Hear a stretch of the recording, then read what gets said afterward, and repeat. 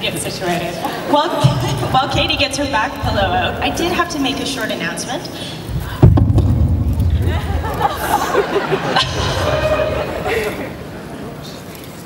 Two mics. I'm not going to pick it up because that's too far down. So this is my back pillow. Excuse me. Back pillow! I just wanted to make a quick announcement too for everybody here to make sure to clear out the session at the end for the next panel. Just to make it fair for everybody. Okay, cool. Let's get started. Katie. Hi. How are you? I'm good. Minus the back pillow. What a bummer. I usually scan the room for children because I have a really bad mouth. So I was reminded at Comic-Con, I was sitting next to Bryan Cranston and we were doing the panel for Batman, year one actually. And he started laughing because he and I were swearing so much. And the moderator was like, hey guys, look at your name cards. And we're like, and on the back it says, we remind you that not all persons are over 18. Please keep language to a minimum or something like that. And we're both like, oh, well, all right, sorry. Uh-oh. Yeah, I think we were talking about sex, I mean, it was not even about Batman. It had nothing to do with Batman. I think it was just he and I being as inappropriate as possible. So, anyway, so I try to remind myself that not everybody's an adult. Well, why don't we kick it off? Does anybody have questions for Katie? Oh, over there. Lady in the front there. Good question. What does she think Starbuck was? Yeah, you know what? It's so funny about this is that this is the question that I get asked the most, and it's the only question I have no answer for. So I've always just made things up. Like occasionally they ask me, and I'm like, I think she was an angel, or she was this, she was that, but no one told me. Like, I don't even think they know. They truly believe what happened was they wrote themselves into a corner, and they were like, maybe we should just have her disappear. Because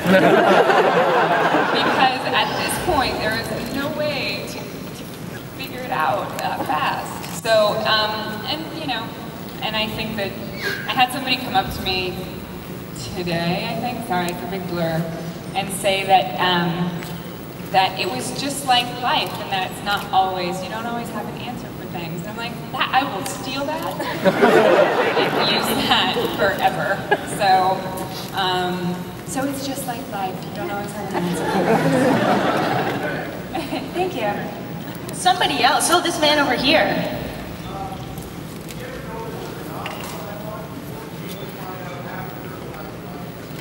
Right. Did I ever know that I wasn't a Cylon? And actually, from the very beginning, Eddie Olmos and I were told by Ron Moore that we know for sure that you and Adama will never be Cylons. So we knew that from the very beginning. So when everyone was trying to figure out the final five, we were like, we're so safe. Because like people were like really upset about it. Like I think Aaron Douglas, as he does, like would like jump around and cry, and like get all sad about the fact that he was a Cylon. And we were like, you deserve it. He's such a brat. Like he pulled his groin once. Oh my god, it was so funny. He likes to think he can play hockey, and I love him like a brother, so I'm allowed to talk crap.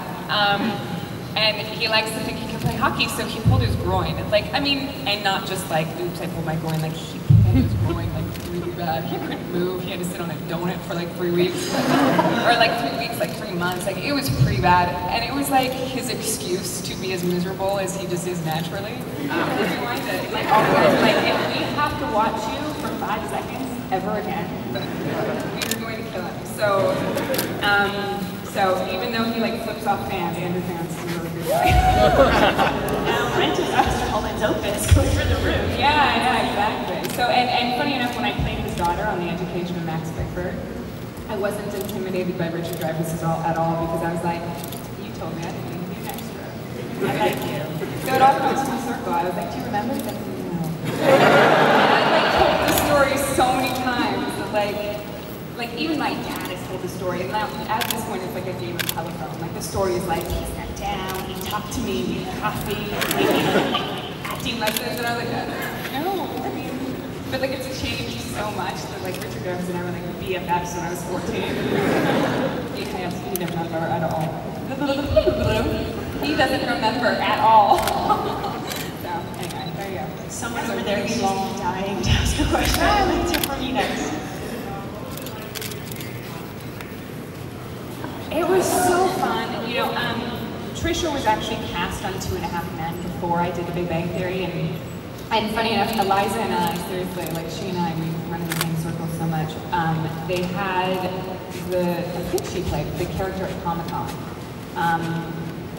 Chuck had asked me to do that role, and I didn't, I wasn't available, or I don't remember what happened. So he was like, well, we'll get you in there. And when I went to go visit Trisha on 2.5 Men, because I am the courier of the tequila, and Trisha and I can't do anything live without taking shots of tequila. So I was in the car, driving to her live taping of 2.5 Men, going, I'm on my way! And she's like, what's going on? Get over here! And I was like, I'm coming! I'm like, calling Chuck. I'm like, give me Chuck's number. It's on the call sheet. She gives it to me. I'm calling her. I'm like, Chuck, it's Katie Sackhoff. You're gonna have to hold on. I am stuck on the 405. I have tequila from Trisha. I'm not there yet. She's like, you can't hold on for tequila. I was like, she's not gonna be good! And I literally got there, sprinted to her trailer, cracked it open, she handed it to her, she shot it, and was like, okay, cool, bye. So I was standing there, at that point I was like, wow, why am I here now? And Chuck was standing there, and I was like, so when am I going to be on the Big Bang Theory? And he was like, how do you feel about bathtubs? I was like, what? He was like, you'll be fine. You won't be naked. I was like, okay. It's like, in my mind, I'm thinking like American Pie, like I'm going to have like on a whipped cream bikini or something, which I would have to not eat for 2 weeks.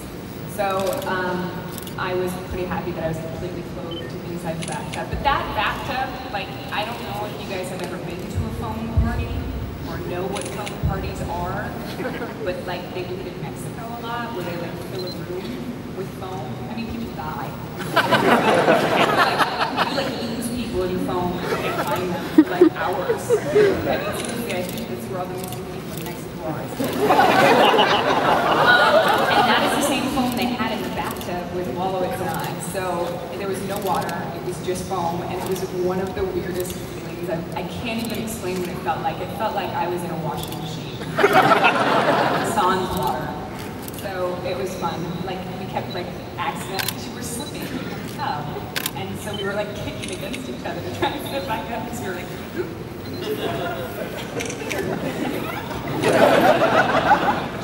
you don't mind if I just push on your groin, do you? And my foot there. Ow, that hurt my back. Okay. Personally? Hi. No. Girl tie. I can't do girdle tie.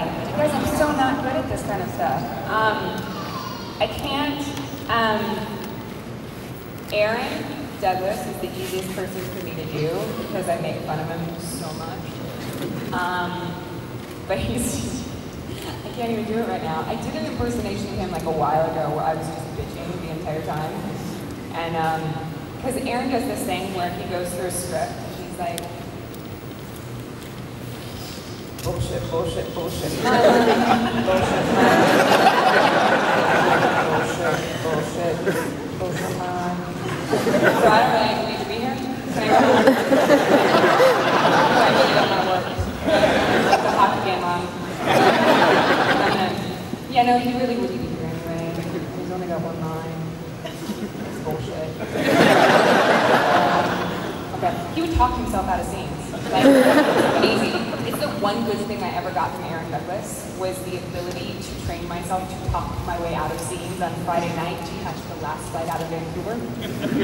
You know, like catch like it's like 4:30. It's like, damn, I have like a 4-page scene. Okay. Ron? Hi, it's Katie. Yeah, you know that scene? Well, last time we saw Starbuck, she was drinking a lot. I think she's hungover. Yeah, yeah, she is. She's in bed. Yeah.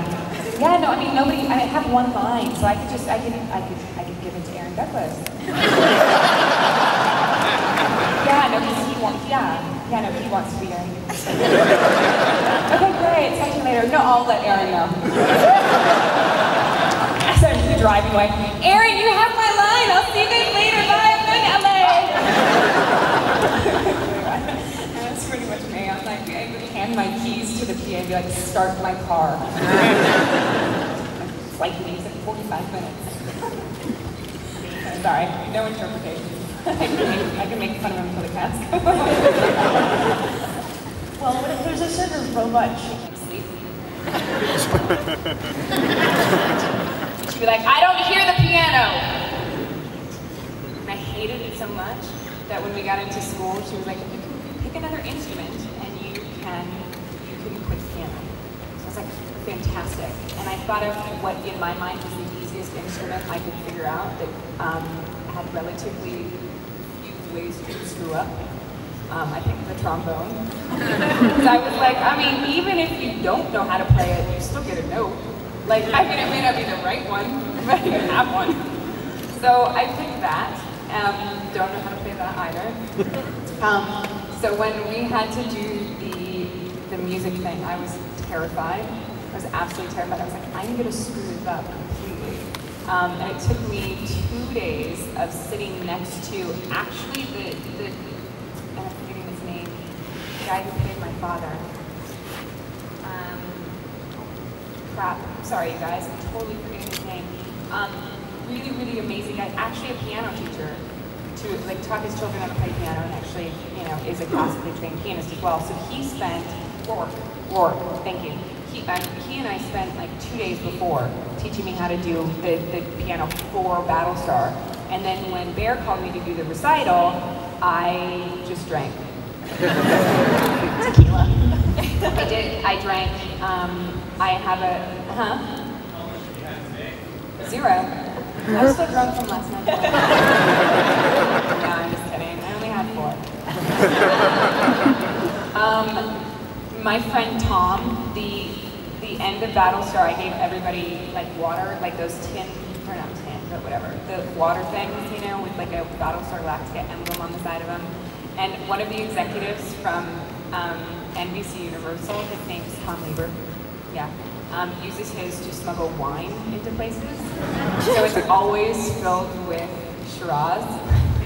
So I just chugged a lot of red wine before it, and like went up there and didn't screw up too much. It was very easy. On the Battlestar one, I actually learned both hands, which was really not easy. But just repetition, you know, just lots and lots of like repeating it over and over and over again. So. Okay, let's take one more question. It's like right here. You were saying that you're going to Red Flyer, and I was wondering if you had any plans on doing guest star on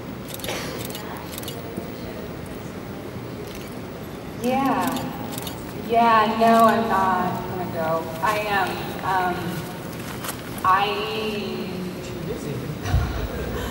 I just finished a film called Sexy Evil Genius,